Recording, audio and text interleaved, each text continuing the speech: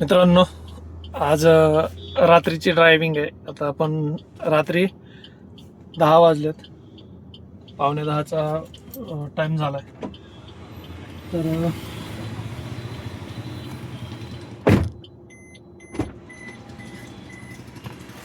पुण्यातील वाहतूक कशा प्रकारे असते रात्रीच्या वेळी, तर हे पाहण्याचा प्रयत्न करू या व्हिडिओच्या माध्यमातून. तर आवडला व्हिडिओ तर शेवटपर्यंत पहा.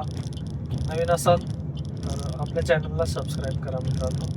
आणि असं छोट्या गोष्टी असतात ज्या मी सांगण्याचा प्रयत्न करतो ड्रायव्हिंगमधल्या. फार मोठा इम्पॅक्ट वाचवू शकतो, त्याच्यापासून फार मोठं नुकसान होणार आहे ते आपण वाचवू शकतो. आणि कसं, तर ते मी दाखवण्याचा प्रयत्न करतोय. थोडंसं रिस्क मी घेतोय, पण त्या गोष्टी तुम्ही नका करू असं माझं म्हणणं असतं.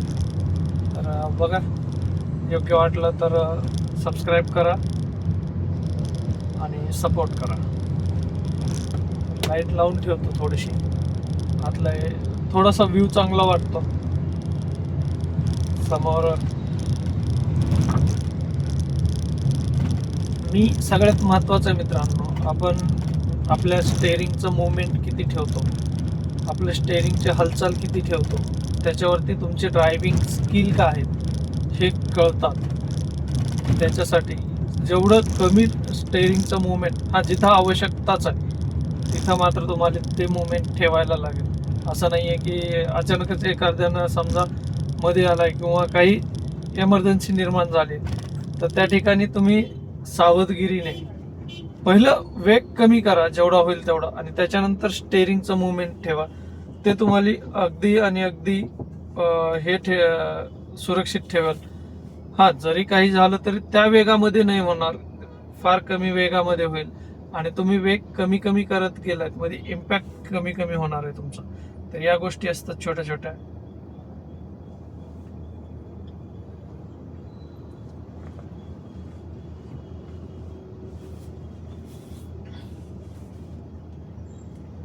आज थोडंसं हे आपलं चार्जर आहे. चार्जर पण डेंजर आहे, घाबरतात लोक चार्जरला, पण जास्त हे म्हणतात. आपण चार्जर कोण ठेवू, आपले दोन्ही पण 2 चार्जर लागतातच मित्रांनो. हा स्पॉट मिरर आहे, तर वापरायचा आपल्याला, पण हा थोडासा विजिबल चांगला नाही वाटला, व्यवस्थित हे दिसत नव्हतं.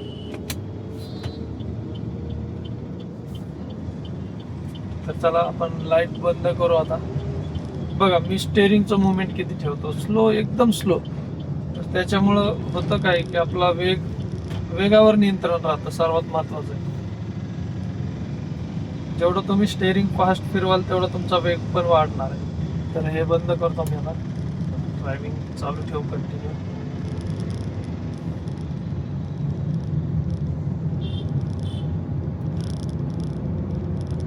कधीही तुम्ही दिवसा चालवा किंवा रात्रीची गाडी चालवा, तुमचं जे गाडी चालवण्याचं जे अंतर आहे डिवायडर मधलं आणि गाडीच्या मधलं, तर ते थोडंसं जास्त ठेवा, जेणेकरून म्हणजे जास्त म्हणजे एवढं पण नाही. रॉंग साईड वाल्यांच्या गाड्या जप्तच केल्या पाहिजेत. इथं माहिती आहे डिवायडर आहे, इथून रॉंग साईड जाणं नाहीये, पण लोक तरी पण चालवतात. अशा केसेसमध्ये जर कुठं अपघात झाला तर त्या ठिकाणी मात्र डायरेक्ट गाडी जप्त करणे ही एकमेव शिक्षा असली पाहिजे.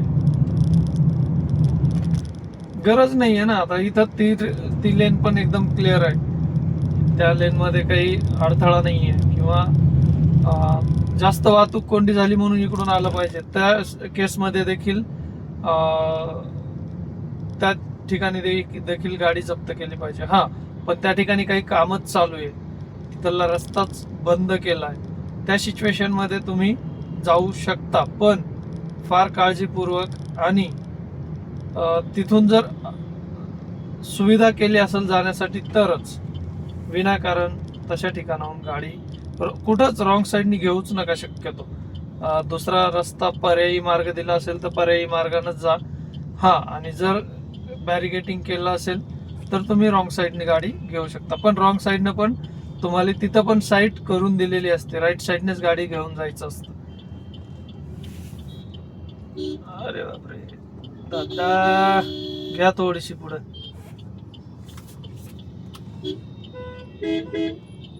थोडी पुढे घ्या, पाठीमागे घ्या परत. त्या बाजूला थोडीशी घेऊन परत पाठीमाग घेतली तरी चालते. टू व्हीलर आहे त्यांची. चुकतो माणूस, मी म्हणत नाहीये की चुकत नाहीये, चुकतो, चूक होते, पण ती सुधारली पाहिजे. आता त्यांनी कसं थोडंसं पुढं सरकलंय, अजून थोडं राईटला जाऊन जर गाडी रिव्हर्स घेतली असती पाठीमागं थोडीशी, टू व्हीलर आहे ती घेता येत होती. हा फोर व्हीलर असती तर मीही हॉर्न वाजवला नसता, तिथं सिग्नल तोडा बी म्हणलं नसतं आणि पुढे बी जा म्हटलं नसतं. तसं पण मी शक्यतो हॉर्न नाही वाजवत.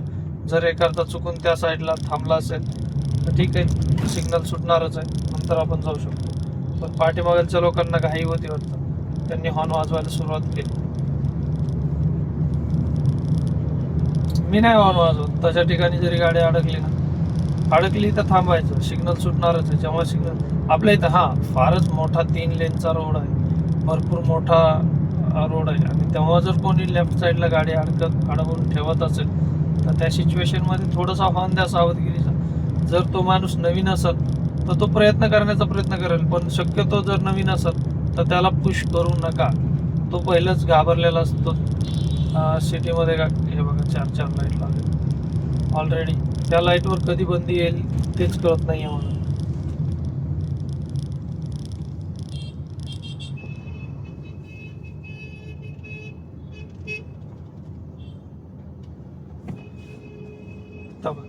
हॉर्न वाजवतोय तो नुसतं पे पे पे पे करून, काय फरक पडणार आहे त्याला?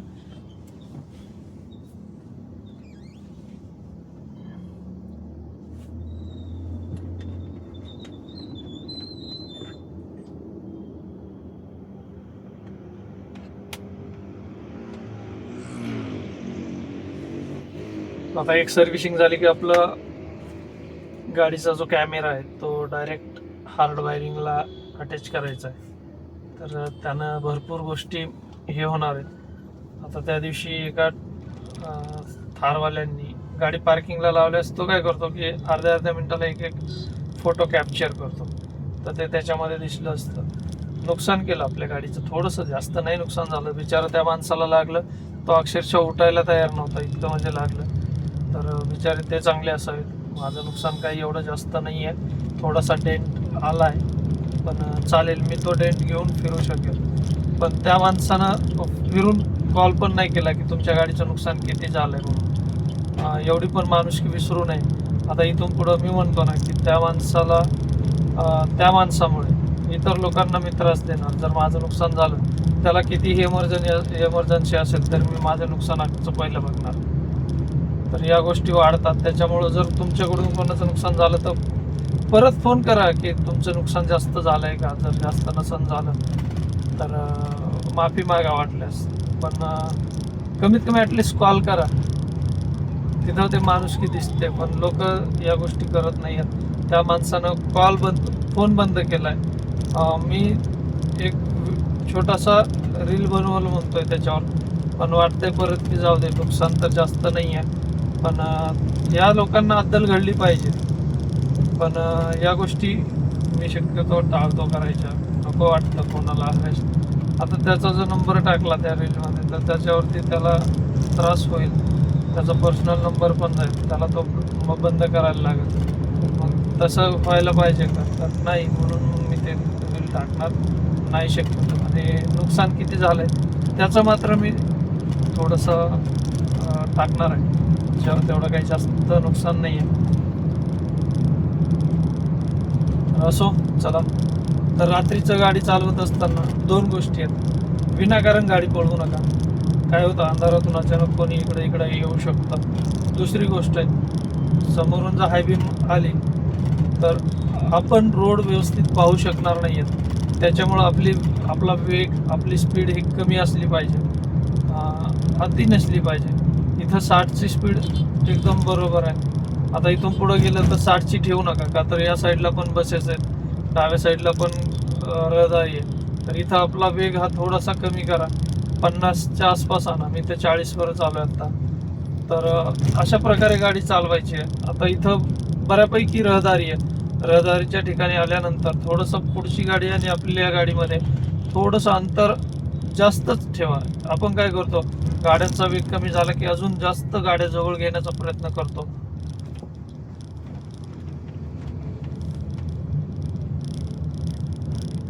तर या गोष्टी शक्यतो टाळायच्या. जेवढी तुमची गाडीपासून दूर असेल तेवढं तुम्ही सुरक्षित आहात मित्रांनो. जेवढं गाडीच्या जवळून गाडी चालवाल तेवढं तुम्ही असुरक्षित होणार आहात.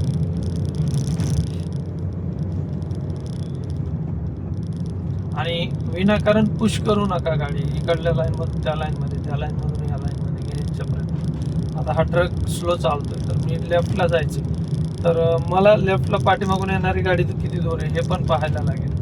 त्याच्यानंतर गाडी दूर असेल तर तिथं सावकाश गाडी. आता तुम्ही पाहिलं असेल की माझं किती स्टेअरिंगचं मी हालचाल किती कमी आहे.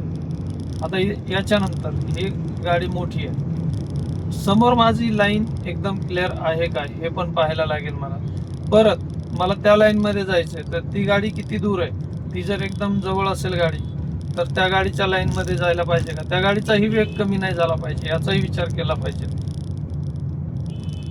आणि जेवढं होता होईल तेवढं आपल्या लेनमध्ये जर अडथळा दूरपर्यंत पहा, आणि जर अडथळा दिसत असेल तर जेव्हा अडथळा दिसेल तिथूनच इंडिकेटर द्या आणि हळूहळू लाईन चेंज करण्याचा प्रयत्न करा. पाहिलं, मी त्या गाडीला ओव्हरटेक केलंय. हेवी गाडी होती, तिचा वेग थोडासा कमी होता, त्या गाडीला ओव्हरटेक केलं. पण डाव्या साईडच्याही गाडीला पाठीमागून येणारा त्रास नाही झाला. अशा प्रकारे मी गाडी आपली लेफ्टला घेतली. परत पुन्हा राईटला घ्यायची होती, तर त्या गाडीला, ज्या गाडीला ओव्हरटेक केलंय त्या गाडीलाही आपला अडथळा निर्माण होऊ नये अशा दुरूनच मी त्या गाडीला ओव्हरटेक केलंय. आणि जर एकदम क्लोज कनेक्शन होणार असतं, त्या गाडीचा वेग कमी होणार असता, तर मी त्याच लेनमध्ये आपली गाडी स्लो केली असती आणि त्या गाडीच्या पाठीमागे नंतर लाईन चेंज करून पुढे जाण्याचा प्रयत्न केला असता. पण त्या गाडीचा वेग कमी होणार नाही याची मात्र दक्षता घेतली असती. आता आपण फ्लायओव्हरवरून जाणार आहेत, त्याच्यामुळं मी लेफ्टचा इंडिकेटर देतोय का, तर इथं 2 रोड आहेत, एक खाली जातो एक वर जातो. मग इथं आपल्याला कुठल्या रोडने जायचं तर डाव्या बाजूच्या, तर त्याच्यासाठी मी आपली गाडी या साईडला घेतली. आता दुसरी गोष्ट, इथं 2 लेन नाही आहेत, थोडासा मोठा फ्लायओव्हर आहे, पण लेन किती आहेत, एकच आहे. तर अशा सिच्युएशनमध्ये गाडी चालवत असताना एकदम जवळून गाडी चालवली जाईल. तर या ठिकाणी काय करायचं, आपली गाडी ही थोडीशी मध्यभागी ठेवण्याचा प्रयत्न करायचा. आता समोर बघा 2 लेन तयार केल्यात 2 4 व्हीलरनी, तर तिथं त्यांना एकदम जवळून गाडी चालवावी लागते. पण मला एवढी जवळून गाडी चालवण्याची गरज नाहीये. रिक्षा होती, रिक्षा आरामात पुढे गेली आहे, रिक्षा बसू शकते, रिक्षाची लाईन आणि आपली लाईन चालू शकते. इंडिकेटर महत्वाचा आहे, इंडिकेटर द्यायचा आहे आणि इंडिकेटर देऊनच लाईन चेंज करायची. इथं मात्र इंडिकेटर द्यायचा मित्रांनो, इथं विदाउट इंडिकेटरचं नाही का, तर आपण 2 रोड जोडणार आहेत अशा ठिकाणी आपली गाडी मूव्ह करणार आहे, तर त्या ठिकाणी मात्र इंडिकेटर दिल्याशिवाय गाडी शक्यतो मूव्ह करायची नाही.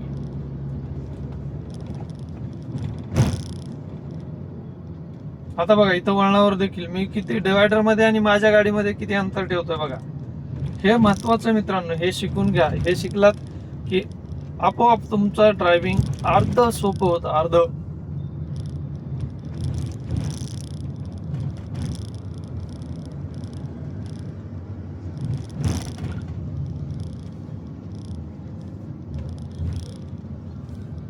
जे लोक तुम्हाला पुश करण्याचा प्रयत्न करतात ना इकडे इकडं, तर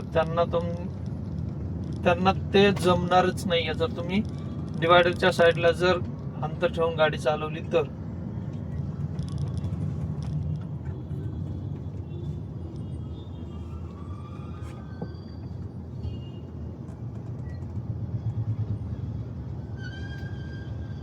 इथं पहा मित्रांनो, इथं काय होत आहे, आता इथं दाखवतो तुम्हाला. आता इथं डिवायडरच्या साईडला मी अंतर ठेवलंय, ती गाडी बघा अडकली का नाही. हा टँकर बघा कसा इकडे येतोय, माझ्या पुढे आला काय हा टँकर, पाहिलं, मी अडकलो, अडकू द्या, काय प्रॉब्लेम नाहीये, अडकलं तरी चालेल, काय प्रॉब्लेम नाहीये. पण आता दुसरी गाडी मला पुश करणार नाही, यांच्या चुकीमुळं मी अडकलो गेलो. एकदम त्यांनी डिवायडरच्या जवळ गाडी चालवली आणि त्यांची चूक मला अडकवलं गेलं तिथं. म्हणजे तसं तर मी तिथं जरी हे झालो असतो तरी मी अडकलोच असतो, राईटला जरी गाडी ठेवली असती तरी.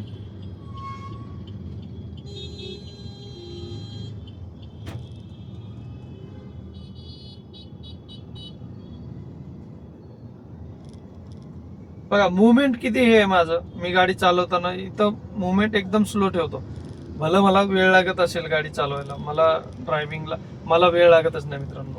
माझं कसं होतं की जिथं मला गाडी पळवायला जागा भेटते त्या ठिकाणी मी गाडी पळवतो देखील.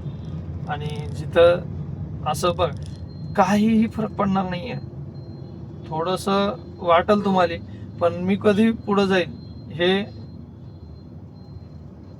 तुम्हाला नंतर कळेल आता की मी कशा प्रकारे पुढे जाऊ शकतो ते. आता बघा टँकरवाला दादा आहे, टँकरवाल्या दादानं मुवमेंट कशी ठेवली आहे. तिथं पण त्यानं हे केलं, पुढं बस बंद आहे, थांबलेली आहे, ते त्यांना कळालं असेल ना अगोदरच. इथं मी वेळ वाचवतो माझा, पाहिलं तुम्ही, अशा प्रकारे वेळ वाचवतो मी. आता हे पाठीमागचा हॉर्न देतोय, मग मी गाडी काढणार कशी. त्यांना या गोष्टी कळत नाहीयेत, समोर काय अडचण असेल. मला पण घरीच जायचंय ना, मला पण पुढेच जायचंय, पण तरी देखील विनाकारण करून हॉर्न वाजवून काही फरक पडणार आहे का. आता मी तिथं पाहिलं असेल की बस कुठं थांबली आहे, मी अगोदरच माझ्याही पेक्षा लवकर त्या ड्रायव्हरला दिसली असेल, कोणत्या टँकरवाल्या ड्रायव्हरला. पण त्या टँकरवाल्या ड्रायव्हरनी काय केलं, राईटला घेतली, परत राईटच्या लेनमधून लेफ्टला शिफ्ट केली, म्हणजे तेवढा त्यांना त्रास झाला की नाही. तर हे असतं ड्रायव्हिंग मित्रांनो. थोडंसं दूरपर्यंत पहा, आपल्या गाडीच्या पुढं 2-4 गाड्यापर्यंत पहा. जर एखादा लेन चेंज करत असेल तर तो लेन चेंज का करतोय याच्याकडेही लक्ष द्या. या फार महत्वाच्या गोष्टी असतात मित्रांनो. या काय आता समजा एखादं बॅरिगेटिंग केलेलं असेल किंवा एखाद्या अरे बापरे इंडिकेटर दिला, जोरात घेणार लगेच, चुकले असतील ते.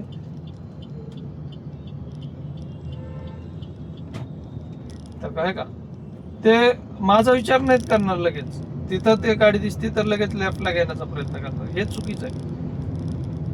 आता ही गाडी मूव्ह झाली आहे बघा, तर आपल्या गाडीचा वेग कमी करा. ती गाडी पुढे जाऊ द्या, आता मगाची जी गाडी चालली होती ना ती पुढे जाऊ द्या, काही फरक पडणार नाही. आता या लेन मध्ये शिफ्ट राईट लेन मध्ये बघा गाड्यात, ही गाडी माझ्या पाठीमागे होती. आता हा MH16 आहे, तर हा नवीन ड्रायव्हर आहे. तर नवीन ड्रायव्हर कधीही थोडासा चुकू शकतो किंवा सावकाश गाडी चालवतोय तर चालू द्या, काय प्रॉब्लेम नाहीये. आपण थोडंसं सावकाश गाडी घ्या. त्यांना उगाच हॉर्न वाजवून त्यांना वायबल केलं, ते जर गडबडले गेले तर ते काहीतरी चूक करतील, त्यांच्या हातून काहीतरी चूक होईल. त्याच्यासाठी आपण आपली गाडी ही सावकाश आणि हळूवार चालवायची. आता वेळ इथं जागा भेटली तर पळवा गाडी, काही फरक पडणार नाहीये. इथं पळवा, काही फरक पडत नाही.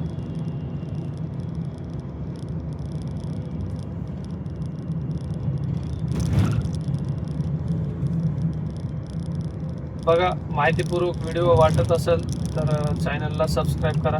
आता तिथं बघा ते लेडीज आहेत, फोनवर आहेत बिचारे, चालत आहे, काय प्रॉब्लेम नाही. पण शक्यतो फोन कानाचा काढा. आजचाच एक व्हिडिओ होता आपला, कुठला कांदिवलीचा होता काही, बोरिवली कांदिवली, हां, तर कांदिवलीचा होता.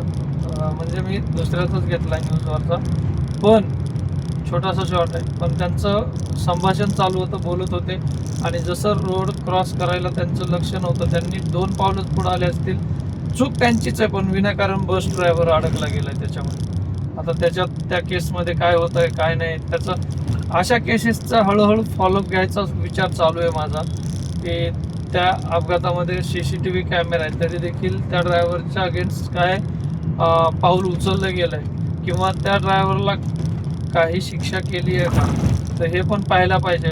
विनाकारण शिक्षा आहे, जर केली असेल तर विनाकारण आहे. केस पडली असेल त्या ड्रायव्हरवरती तर ते विनाकारण आहे. तिथं त्या ड्रायव्हरला क्लीन चिट देणे, ज्यांना अपघात झाला आहे त्यांना इन्शुरन्समधून भरपाई देणे, भली त्यांची चूक आहे, पण इन्शुरन्स क्लेम करावा लागेल. इन्शुरन्स क्लेम करून मग त्यांना नुकसान भरपाई दिली गेली पाहिजे. तर हे असे देखील केसेस हळूहळू मी हाताळण्याचा प्रयत्न करणार आहे. आत्ता सध्या मीच स्ट्रगल करतोय फायनान्शियली, त्याच्यामुळं मी काहीही करू शकत नाही आहे. तर काम करत करत या गोष्टी करण्याचा देखील माझा विचार आहे. आणि आता इथून पुढं कसं आहे की हे कॅमेरा युग चालू आहे. जिथं तिथं कॅमेरे आहेत, जिथं कॅमेरा नसेल तिथं तर अन्याय होणारच आहे ड्रायव्हरवरती, जर चूक नसेल तर. पण जिथं कॅमेरा आहे, जिथं व्हिडिओ आहे, त्या ठिकाणी तरी कमीत कमी त्या ड्रायव्हरच्या तो ड्रायव्हर जो चुकीचा नसेल तर तिथं त्या ड्रायव्हरवरती अन्याय झाला नाही पाहिजे, हाही विचार सर्वांनी केला पाहिजे. हे बघा, आता ह्या तिघी जणी चालतायत, हे चुकीचं चालतायत, असं चालणं पूर्ण चुकीचं आहे. हे आता ते जे लेफ्ट साईडची मुलगी होती, ते तिघी जणी लाईन करून चालतायत. जर समजा मी अंतर ठेवून गाडी चालवली, पण एखाद्या टू व्हीलरवाल्याला अतिघाईवाला जो असेल, आपल्या गाडीच्या एकदम जवळून जर तो ओव्हरटेक करायला गेला तर त्या एका तरी मुलीला, 2 मुलींना नाही पण एका तरी मुलीला डॅश लागेल आणि चुकीचं आहे ते. तिथं तिला इंजरी येऊ शकते, अपघात 100% होणारच अशा ठिकाणी. ते पूर्ण चुकीचं आहे. चला, ह्या गोष्टी देखील सांभाळा. जेव्हा तुम्ही रोडवरती चालता तर तेव्हा एक लाईन न करता एका मागे एक चाललात तर त्या ठिकाणी तुमचाही, हे बघा, अतिघाई करून नका हे करू. आता मी इमर्जन्सी ब्रेकिंग होईल म्हणून मी लगेच हजार्ड लाईट लावली होती. का तर त्यांचं जे हालचाल होती त्या समोरच्या दोघांची, ते मला लगेच जाणवली की त्याच्यातला एकतरी ते थोडंसं घाबरले पण जातात. आणि आपली जर 4 व्हीलर एकदम फ्रंटला असेल, चालणारी असतील, तर हजार्ड लाईट लावा आणि आपली 4 व्हीलर थोडीशी स्लो करा, दुरूनच स्लो करा जर दिसत असतील तर. जसं की मी बघा, हजार्ड लाईट लावली, तिथं मी स्लो होणार होतो लगेच. जर समोर आले असते तर मला तिथं स्लो व्हायलाच लागलं असतं. त्यानं काय होतं मित्रांनो माहिती आहे का, पाठीमागचा जो ड्रायव्हर असतो तो देखील सावध होतो. त्यांच्या पाठीमागं म्हणजे बऱ्यापैकी वेग कमी कमी होत जातो सर्व गाड्यांचा. आणि जे एकामागे एक असंच काहीतरी असतं की 4, 5, 6 गाड्यांचा जो अपघात होतो त्याला कारणीभूत हेच असतं.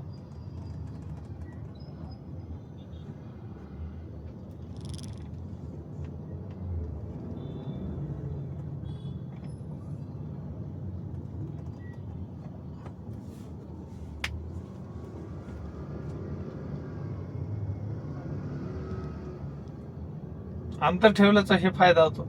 आता सर्व गाड्या खड्ड्यातून गेल्या, आपली गाडी खड्ड्यात आपटली नाही, याच्यासाठी अंतर ठेवायचं मित्रांनो.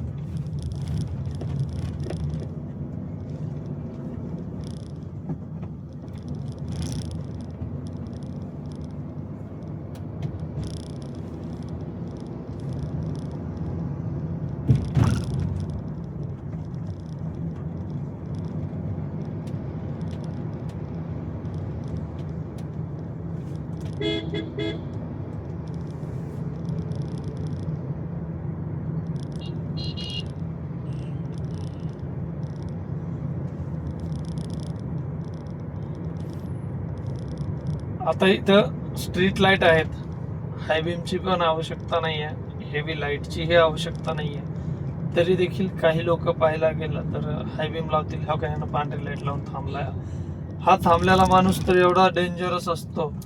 समोर हाय बीम लावतो आणि समोरून येणाऱ्या गाड्यांना तो डोळ्यावरती लाईट पडत असतो आणि तो चमकतो एवढा की तो जास्त वेळ चमकतो ना.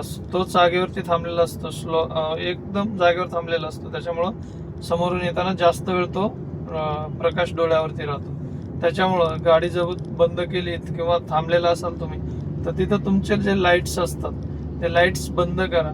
हजार्ड लाईट लावा, रात्रीची वेळ असेल तर. हजार्ड लाईटमुळे तुमची गाडी ही थांबली आहे म्हणून कळतं, जरी तुम्ही एका बाजूला जरी गाडी थांबवली असेल तरी.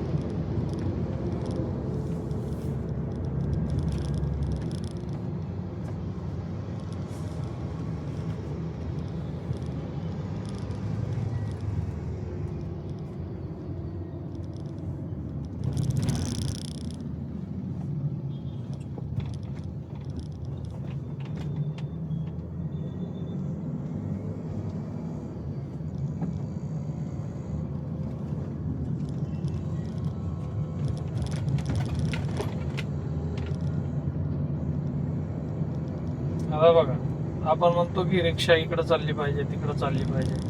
आता या दादांनी रिक्षा आहे ना, समोर गाड्या नाही आहेत, काही अडथळा नाही आहे, तर डाव्या साईडमध्ये शिफ्ट केली पाहिजे थोडीशी. म्हणजे ज्या गाड्या 2 लाईन आहेत, 2 लाईन नसत्या तर मी त्यांना बोललो नसतो की डाव्या साईडला शिफ्ट केली पाहिजे म्हणून. बरोबर ते जे रोडचा वेग आहे त्या वेगाच्या आसपास चालवतायत गाडी. पण जर डाव्या साईडला जर काही अडथळा नसेल तर त्या ठिकाणी डाव्या साईडला शिफ्ट केली पाहिजे रिक्षा. चला अप्पर डिप्पर देऊयात त्यांना.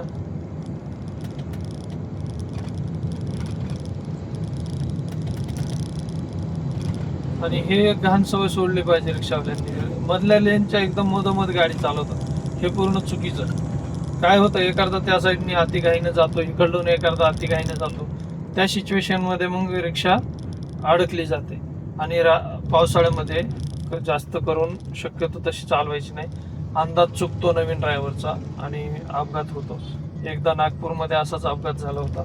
तर रिक्षाची पूर्ण, माझ्या वेळेस तो रिक्षामधलं पॅसेंजर तर वृद्ध होते थोडे, तर ते जाग्यावरच गेले होते.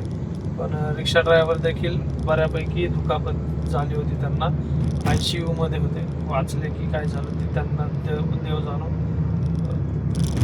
शक्यतो तशी रिक्षा चालवू नका अर्धी या लेनमध्ये आणि अर्धी या लेनमध्ये. होतं काय माहिती का, ड्रिंक केलेला माणूस, अतिघाईमध्ये असणारे लोक, आणि जर ते शक्यतो स्पीड जास्त असतो त्या लोकांचा आणि तसा अपघात झाला तर तिथं फार हानी होऊ शकते. आणि रिक्षाला कुठलीही एअरबॅग नाही आहे किंवा कुठलीही सेफ्टी नाही आहे. जरी पाठीमागून इम्पॅक्ट झाला तरी ड्रायव्हरला देखील भरपूर प्रमाणात दुखापत होऊ शकते.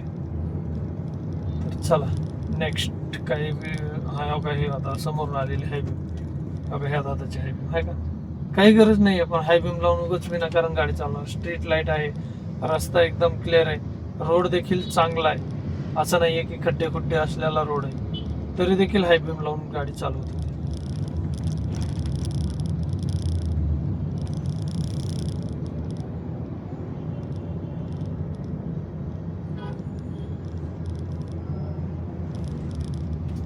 तर मित्रांनो, माझी ड्रायव्हिंग अशा प्रकारेच असते शक्यतो. आता माझ्यासोबत कोणच नाही आहे तरी देखील मी असंच गाडी चालवतो. दुसरी गोष्ट सांगतो मी जेव्हा मोठ्या हायवेला असतो तेव्हा गाडी पळवतो देखील, नाही असं नाही.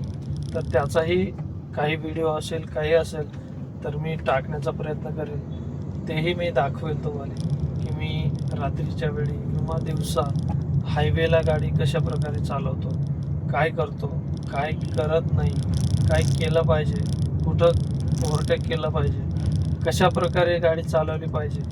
या भरपूर गोष्टी आहेत, मला भरपूर सांगायचं आहे, तुमच्यापर्यंत पोहोचवायचं आहे. हे माझे अनुभव आहेत मित्रांनो.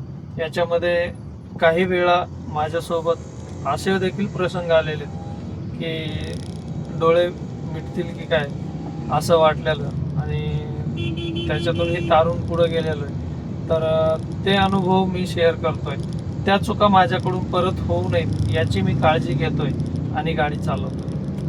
कधी कधी वेगाच्या याच्यामध्ये चूक होते देखील माझ्याकडूनही, नाही होत अशातला भाग नाही आहे. पण मी 400-500 किलोमीटरचे 300 किलोमीटर गाडीचं दिवसभर चालवत असेल तर त्याच्यात बोटावरती मोजण्या इतक्या चुका असतील माझ्या, तर त्या देखील मी शेअर करण्याचा प्रयत्न करतो. जर माझ्याकडून काही चूक झाली तर मी तुमच्यापर्यंत ती पोहोचवण्याचा प्रयत्न देखील करणार आणि करत असतो. जर माझ्याकडून चूक झाली तर ती देखील मी आपल्या चॅनलवरती अपलोड करत असतो.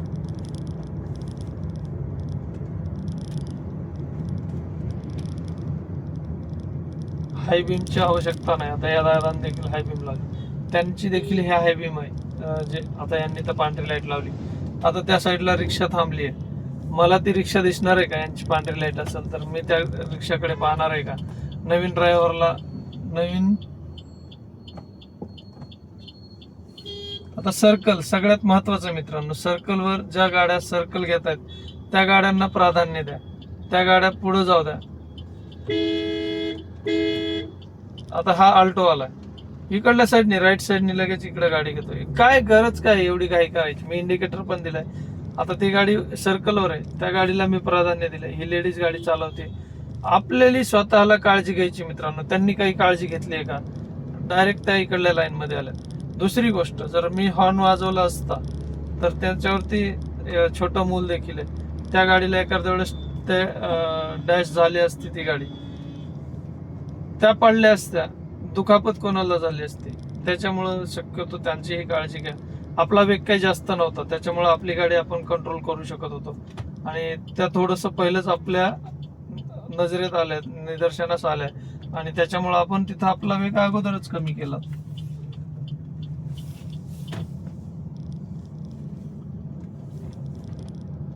वेळ लागतो मित्रांनो, असं नाहीये. प्रवासात वेळ लागू द्या, पण सुरक्षा ही तेवढीच महत्वाची आहे. तुम्ही 100 वेळेस जाल, 10 वेळेस जाल आणि जर कुठं काही एकदा झालं तर तुमचा जेवढा वेळ आजपर्यंत वाचवलेला आहे तो आता पाहिला असेल बघा. टू व्हीलर तरी पण माझी गाडी इकडून येते तरी पण हॉर्न वाजवून त्यांनी ओव्हरटेक करण्याचा प्रयत्न केला. तर हे चुकी करायची नाही. अशी त्या गाडीच्या मागच थोडंसं ॲक्सिलेटरवर, अरे अरे पाहिलं का? त्याच्यासाठी मी शक्यतो टू व्हीलरवाल्यांची काळजी घेतोच. पण काही वेळा काही टू व्हीलरवाले एवढे, आता हे काळजी घेण्यासारखेच आहेत, फॅमिली घेऊन जात आहेत. एक मुलगा एका टू व्हीलरवर, एकावरती वयस्कर पाठीमाग लेडीज आहे. अशा लोकांच्या जवळ पण नाही जायचं. पण काही लोक आगाऊपणालाही करतात, यंग पोरं त्यातल्या त्यात. तर त्यांना शक्यतो मी पण थोडंसं 19-20 करतो. जर चुकीच्या वागत असतील, दुरूनच कळतंय की ते चुकी. हा माणूस बघा, तिकडं बघतोय आणि इकडं गाडी या साईडला येते तरी दिसत नाही.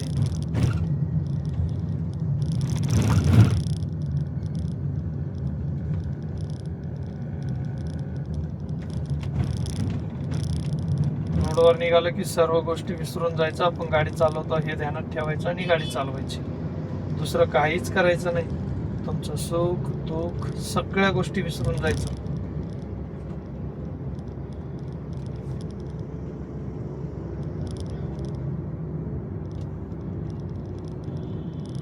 मी आता घरी 9:30 वाजते म्हणून सांगितलं होतं, पण ऑलमोस्ट माझ्या माहिती तर मला 10 वाजले.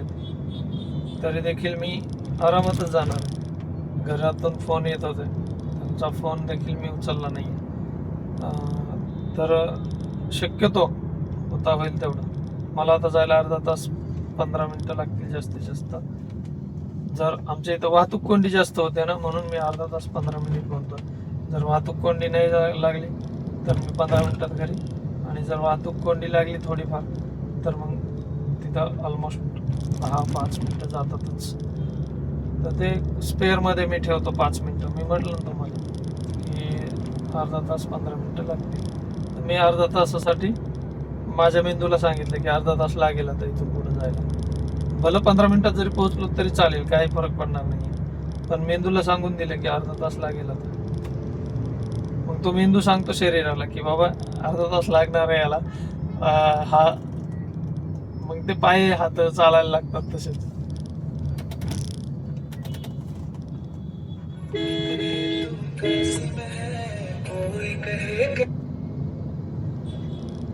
अरे आलोय, हायवेला आहे. हॅलो.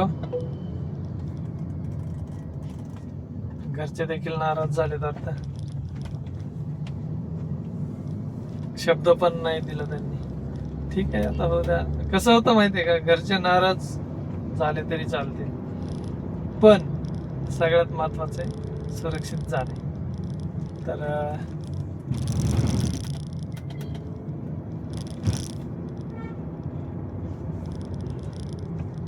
काय होतं, रात्रीच्या वेळी भरपूर जण घाई करतात. तर घाई चौकात काय घाई करणार आणि असा किती वेळ वाचणार आहे मला सांगा ना.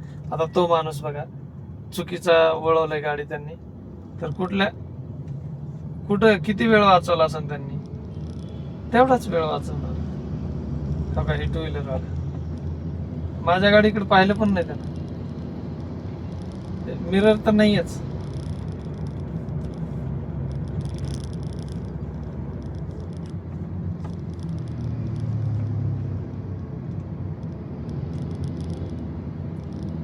तर आजची ही ट्रिप होती आपली येरवाड्यावरून आता सुसगावपर्यंत. तर आपण नंतर पुन्हा व्हिडिओ बंद करताल त्यावेळेस देखील सांगाल. आणि आताही सांगतोय की जर नवीन असताल तर प्लीज आपल्या चॅनलला सबस्क्राईब करा आणि तुम्हीही सुरक्षित राहा आणि इतरांनाही सुरक्षित ठेवा. आता बघा त्यांनी इंडिकेटर दिला तर मी हळूहळू माझी गाडी लेफ्टला मूव्ह केली, सरकवली आणि मी माझ्या अर्धी लेन आणि ही अर्धी लेन. पाठीमागच्या ड्रायव्हरला देखील त्रास नाही झाला त्या गोष्टीचा आणि आरामात, अगदी आरामात. थोडं त्याच्यासाठी अंतर जे ठेवायचे ना मित्रांनो, दोन गाड्याच्या मध्ये अंतर जे ठेवायचे, मी भरपूर वेळेस सांगतोय की सुरक्षित अंतर हे ठेवलंच पाहिजे. तुमच्या स्पीडवरती डिपेंड आहे की तुम्ही किती अंतर ठेवलं पाहिजे. तर जर तुम्ही 10 ते 20च्या स्पीडमध्ये असतात, 10-20च्या, तर आपल्या दोन गाड्यांमध्ये 5 ते 6 फुटाचं जरी अंतर राहिलं म्हणजे आपल्या उंची तरी चालेल. 10चे म्हणतो मी. आणि जर 20 ते 40-30च्या मध्ये असतात तर आपल्या उंचीच्या डबल म्हणजे 10 फूट अंतर राहिलं पाहिजे. 30-40-50 पर्यंत असतात तर अंतर अजून वाढवा. या माणसाला आता वेग कमी केलाय, कशासाठी माहिती नाही. एकतर तो मोबाईलमध्ये बघत गाडी चालवत असेल, दुसरं काही कारण नसणार आहे. आणि हे असले लोक दळभद्री किडे, हे देशाला लागले कीड.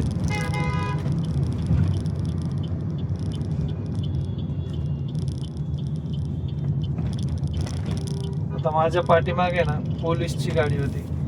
त्या पोलीसच्या गाडीने देखील त्या माणसाकडे लक्ष नसून दिलं. आपल्या इथं ना बिचार त्यांना देखील त्यांची कामं भरपूर असते, पण अशा याच्यामध्ये थोडासा सायरन वाजवला असता. नुसतं सायरन वाजवायची गरज होती, फक्त बाकी काहीच करायची गरज नव्हती. जर तो मोबाईलवर बघत असेल तर थोडंसं वेग वाढवला असता आणि निघून गेला असता.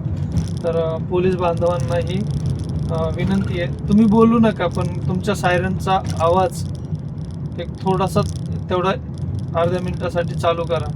जर कोणी चुकीचं वागत असेल तर तिथं कमीत कमी ॲटलिस्ट तुमचा सायरनचा आवाज तरी हे करा. त्यानं तरी ती गोष्ट चुकीची आहे आणि पोलिसांचं आपल्याकडे लक्ष आलेलं आहे हे विचार करतील. आणि जे काही चुकीचं वागत असतील, जे काही चुकीचं करत असतील तर ते थोड्या वेळापुरतं का होईना पण त्याच्यावरून त्यांचं लक्ष हटेल आणि ते सरळ चालायला लागतील. तुमच्या एका सायरनचा जर तुम्ही 2-3 वेळेस नाही का, एक 10-20 सेकंद जरी तुमचा सायरन वाजवला ना तर तिथं त्याच्या मनामध्ये भीती निर्माण होईल किंवा तो डायव्हर्ट तरी होईल की ती गोष्ट करणार नाही. तर प्लीज पोलीस बांधवांनी याच्यावरती देखील थोडासा विचार करा आणि थोडंसं सहकार्याच्या भावनेनं ह्या गोष्टी करायला सुरुवात करा. जर तुम्ही करत नसाल तर त्या गोष्टी देखील करा. मान्य आहे तुमच्याकडे हे बर्डन भरपूर आहे, प्रति लोकसंख्येच्या मानाने तुमची संख्या फार कमी आहे, पण या गोष्टी प्लीज करा. तर रात्रीची ड्रायव्हिंग कशी केली पाहिजे, काय काय गोष्टी केल्या पाहिजेत, काय काय नाही केल्या पाहिजेत. तर हे हाय बीमच्या लाईट सगळ्यात महत्त्वाचं आहे. तुम्ही हाय बीमची लाईट बंद करा, तुमची हाय बीमची लाईट ठेवू नका. ह्या अशा ज्या LED लाईट आहेत ज्या आफ्टर मार्केट आहेत ह्या टाळा बसवणं, ज्या आता त्या दादाने बसवलेल्या होत्या.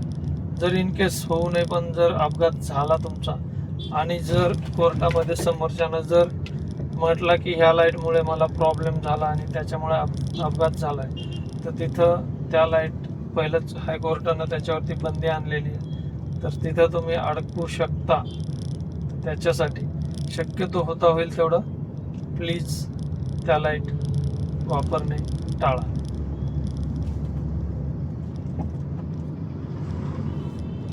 आता बघा ही गाडी वळून घेते, मला दूरूनच दिसली आहे. मी माझा वेग कमी केलाय, फक्त काय केलंय, वेग कमी केलाय. गाडी थांबली आहे का माझी? नाही, वेग कमी केलाय फक्त. किती वेळ झाला वाचला माझा, जास्त काही गेला नाही, पण माझाही वेळ तिथं वाचला आणि पाठीमागून येणाऱ्यांचाही वेळ वाचला. का तर मी जागा नसती दिली तो अडकला असता. या साईडने जाणारी लाईन देखील अडकली असती. आत्ता समोरून एक ॲम्ब्युलन्स गेली, तीही अडकली असती. तर एक गाडी वळण्यासाठी आणि माझे 2 सेकंद 10 सेकंद गेले असतील, पण इतरांचे तेवढे त्याच्याही पेक्षा जास्त वेळ मी वाचवलेला आहे. टू व्हीलर चालवताना टू व्हीलर थोडीशी वेगात चालवा. एकदम कमी वेगामध्ये गाडी चालवू नका. जसं समजा ती गाडी कशी चालते तेवढाच वेग तुमच्या टू व्हीलरचा ठेवा आणि टू व्हीलर थोडीशी लेफ्टला जागा ठेवून व्यवस्थित रोडच्या मध्यमत चालवा. काय फरक नाही पडणार इथं, पण थोडंसं लेफ्ट साईडला तुमची गाडी शिफ्ट झालेली पाहिजे. जसं हे दादा चालवतात समोरचे, एकदम ॲक्युरेट, काही प्रॉब्लेम नाही आहे, एकदम छान चालवतात. फक्त तिथं काय होतं की त्या ठिकाणी त्यांनी थोडीशी राईट साईडला गाडी घेऊन आलते आणि त्यांचा वेग थोडासा कमी होता, म्हणून मी थोडासा हॉर्न वाजवला फक्त त्यांना एक सावध करण्यासाठी. ही पांढरी लाईट आहे समोरून येणारी, ह्या लाईट टाळा, शक्यतो टाळाच. कमर्शियल गाडी असेल तर तुम्ही जास्तीत जास्त गाड्यांच्या समोरून गाडी घेऊन जाणार आहात, तर त्या सिच्युएशनमध्ये तुम्ही जास्त लोकांना त्रास देता.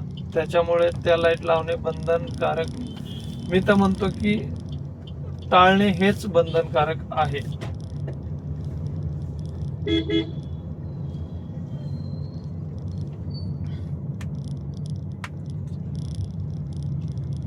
आपण जास्त ओव्हरटेक करतो, तर ओव्हरटेक करताना आपली लाईट जी समोरच्या डोळ्यावरती लागते आणि समोरून जर गाडी एखादी येत असेल तर तो तुम्हाला साईड नाही देणार. अचानक काही सिच्युएशन तयार झाली आणि तुम्हाला जर दुसऱ्याच्या जर बाजूला जायला लागले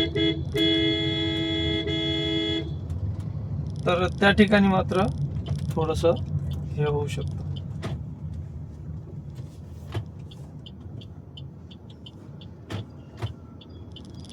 थांबणार होतो पण परत थांबणं टाळले, तर मी लेफ्टला जाताना पण लेफ्टचा इंडिकेटर दिला आणि राईटला जाताना पण राईटचा इंडिकेटर दिला. पाठीमागून जर एखादी गाडी येत होती तर तिला जाण्यासाठी प्राधान्य द्या जर तुम्हाला तुमचा डिसिजन बदलायचा असेल तर. पण लगेच डिसिजन बदलल्या गाडी राईटला खेचू नका.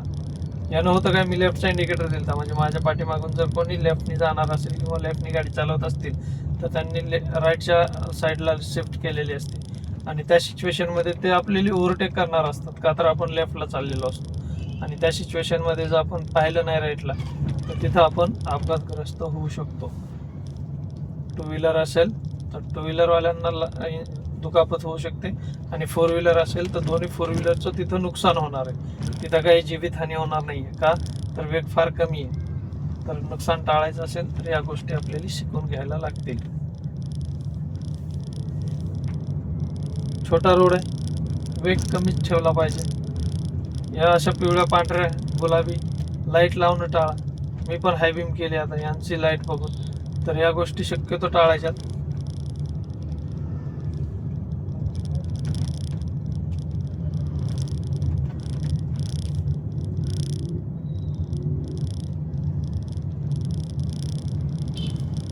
हे बघा, हे असे हाय बीम लावले, पांढरी लाईट लावली.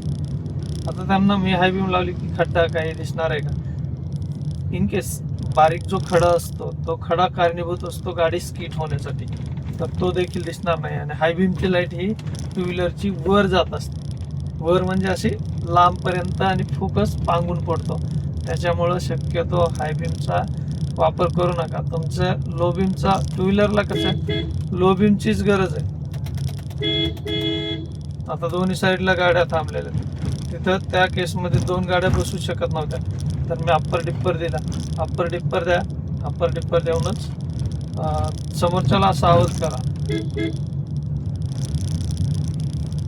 आता बघा, हे पांढरी लाईट आहे का? पांढरी लाईट आहे, फॅमिली आहे, मला कोणच दिसलं का? नाही. त्या पांढऱ्या लाईटमुळं समोरचं कोणही काहीच दिसत नाही. आता मी त्या केसमध्ये त्यांना जर साईड नाही दिली ते अनबॅलन्स होऊन फॅमिली घेऊन जातोय आपण, पडणार, हे या गोष्टी होणार. त्याच्यामुळं शक्यतो काळजी घ्या स्वतः. हाय बीमचा वापर टू व्हीलरवर देखील करू नका.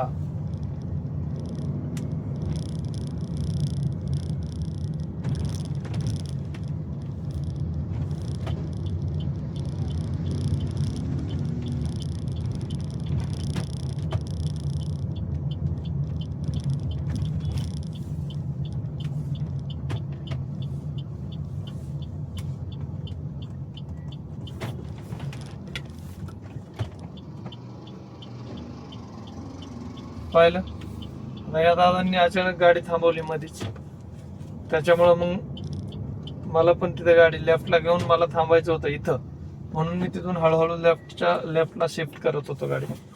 चला आपण काळजी घेऊन चालायचं मित्रांनो. बघा रिक्षावाले लगेच पाठीमागून आलते का नाही, तर या गोष्टी होतात. तर चला मित्रांनो, भेटू लवकरच दुसऱ्या व्हिडिओमध्ये. हा व्हिडिओ पाहिला तर प्लीज सबस्क्राईब करा आणि एक कमेंट करा.